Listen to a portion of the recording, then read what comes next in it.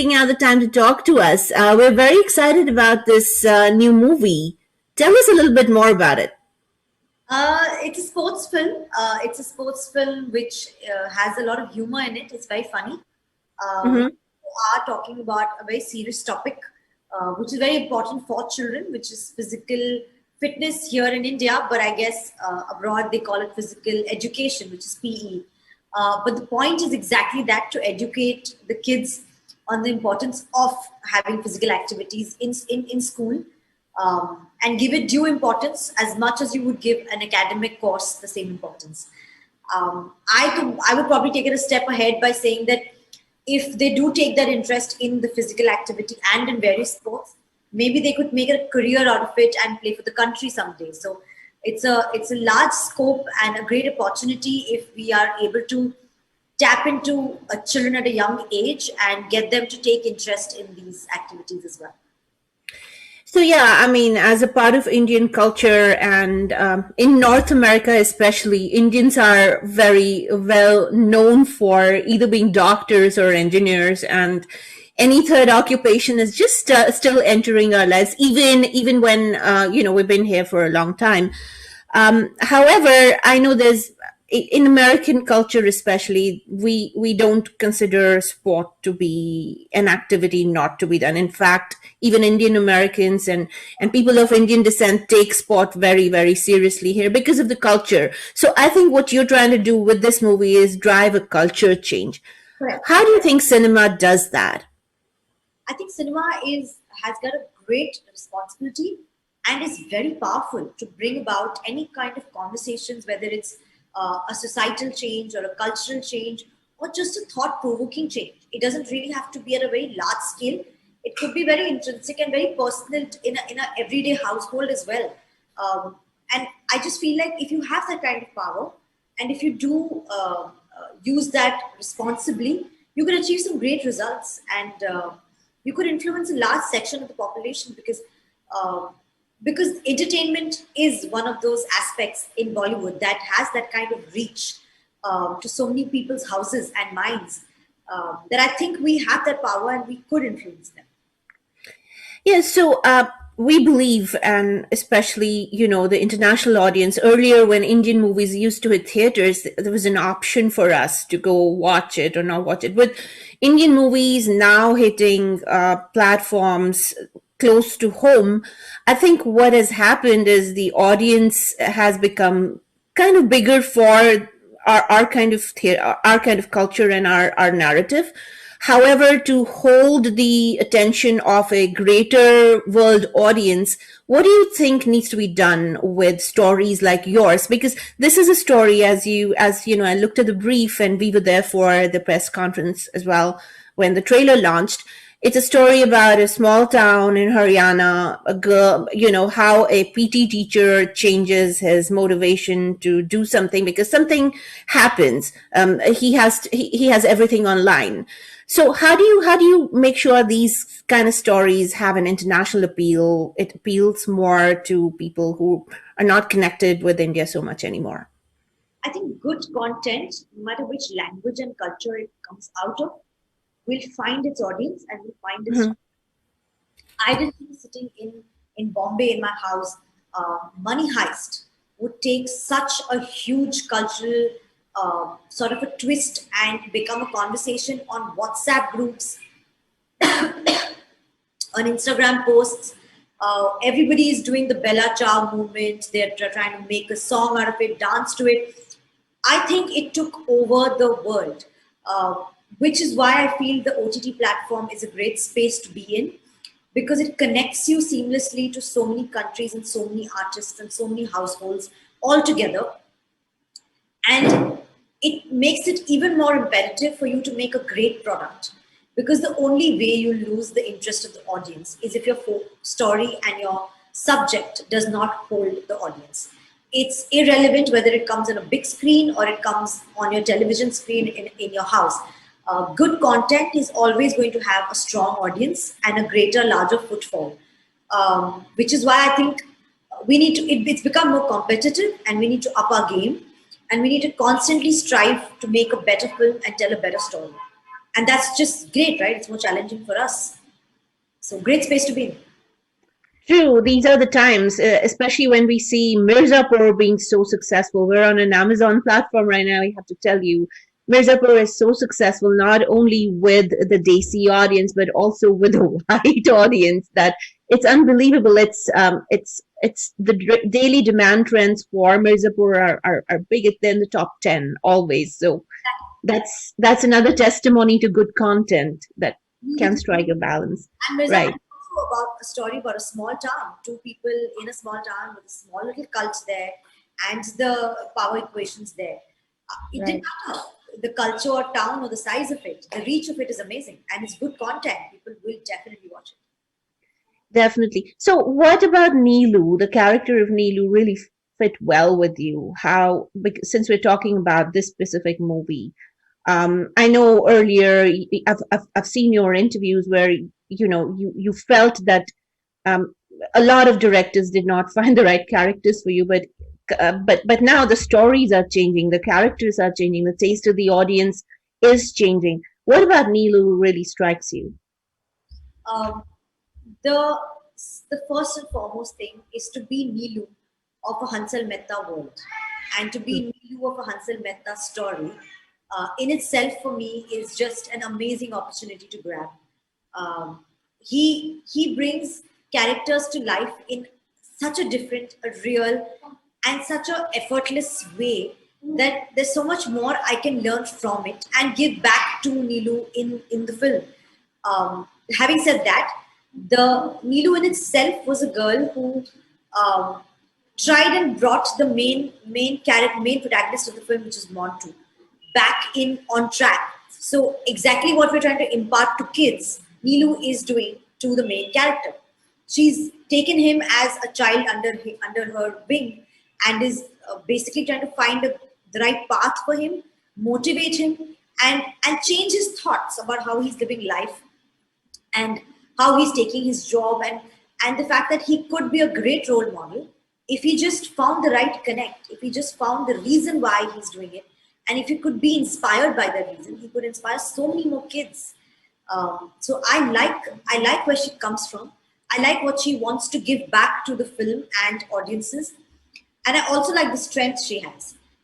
She could have taken up a job in a great city on a nicer school, lived a more luxurious and lavish life, but she chooses to come back to a village and teach children in that small village, a small school, because she feels like they probably need it more, and they might not get exposure to a teacher like Nilima because they are from a small town, a small village. They're not going to be able to come to a town and afford that education and that teacher. So I like the fact that she's doing more than she should, and she's giving up things and sacrificing her own life for the greater good, I guess. Perfect. Arti, you want to take the next one? Yeah, sure. I have a question on a lighter vein, actually. So, growing up, were you like the physical ed's favorite student? Were you into sports at all? Is this something that was new to you as well? Completely alien to me. I walked away from every PT class and every sports class. I think the only race they got me to participate in was a needle and thread race. Hmm. Believe me, you will not believe there is a race called needle and thread, which You is got to put the thread in. you just put on just Well, what is that? yeah. Can you believe it? That's the lamest. I mean, sorry, it's literally the lamest thing I've done in sports. But you take a thread, put it through a needle, and the faster you can thread a needle is when you While running. back and win the race. So it's not even about running; it's about home science, literally. I don't know, and I did it because for me it was the easiest to do, and and the teacher, at least I would be able to say, okay, I was present in some race, and that's all I needed. So that's how much I ran away from it. And I truly wish that I had teachers who would be able to pique my interest in different ways to get me interested in the sport, whether it's the sport or the competitiveness or whatever it was. I wish I was more Is inclined. that is that generally the scenario for girls in class? I'm just wondering because I feel like that happens a lot in Indian schools as No, well. no, not at all. I know a lot of friends of mine who loved sports days and Hmm. PT classes, and they would really want to go there and playing the kho and pass the ball around. I knew a bunch of people who wanted to take up basketball classes during summer break, and I was like, fall in the mud? No, actually, at home. One ankle or bruise a knee, and what am I going to do? The bruise is going to be there for the rest of my life. I don't want a bruised knee. So I was just a different person.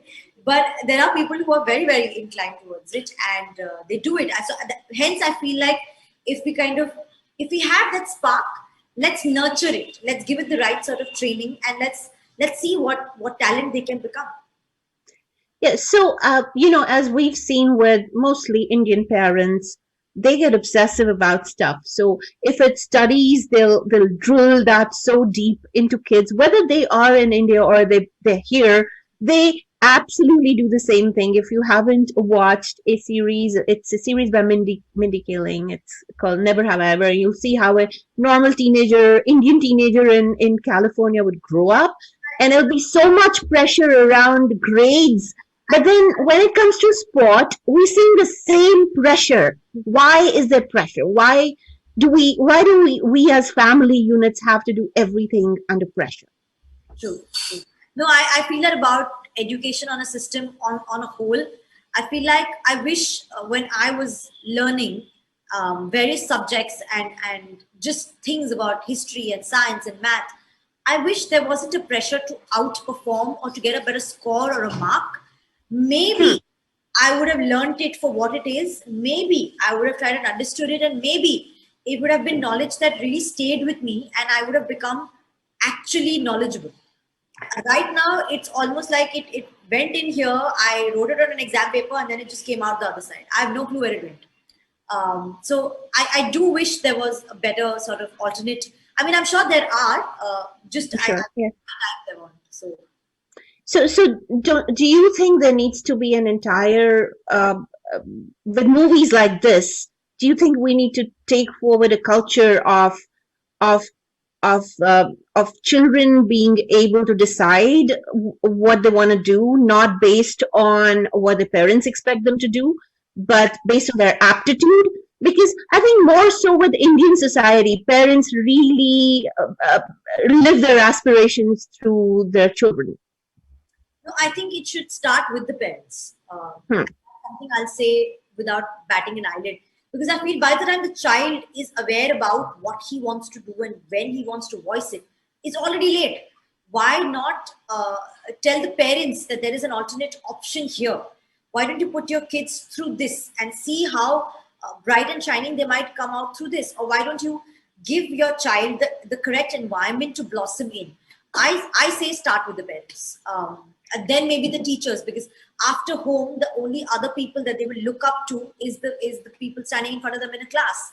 So I say start with the parents, get to the teachers, then let the kids kind of flourish in their environment and make up their minds and say that, you know what, I want to do this and not this, and then support them. So yeah. But there is this bigger ecosystem of what gets rewarded, right? So we may tell parents, hey, it's not okay to push your children only towards studies, push them about through sport as well. But to excel in sport, you got to put in so much effort, and there are only a few that make it to the other side. Only a few Sania Mirzas will happen. Only a few Virat Kohli will happen, because that ecosystem doesn't reward everybody. How do it's so competitive on that, and how do you equalize it for people so that even parents can think of that as a career? That's a question I honestly myself would like someone who's understood and studied not just India, but also like a world economy or a world sort of standing to tell me. Because you're right, the truth is, even if it's not academics and even if they go into sports, the competitiveness there and the classes, the training, the rigorous exercise, I mean, just the routines that they're put through to excel and come out above the other person is equally traumatic, or could equally like be taxing on a child, and could actually take away a lot from the child rather than kind of give to a child. So I honestly don't have an answer to that. I don't know where the buck ends. I don't know where you call it a day. I don't know where you say, okay, enough. You've done your best. It's absolutely okay if you didn't excel and if you didn't become the next Virat Kohli or Sania Mirza. I really don't know where that line is. I don't know. So tell us more about the shooting of the movie. What were the fun moments? What did you enjoy the most? The kids, I enjoyed the kids a lot.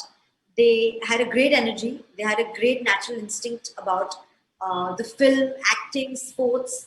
They just did it all, and they made it all seem so effortless and so. I mean, so like happy to do. They enjoyed standing in the sun. They enjoyed standing in cold winters and playing. They enjoyed shooting till late hours in the evening. Even after pack up, they don't want to leave. They want to hang out and chill with us. And I was like, why don't you want to go home and sleep? Like if someone says pack up, I'll run to my hotel. But they wanted to hang out. So their energy was very uplifting and very. It was a great vibe to have on set.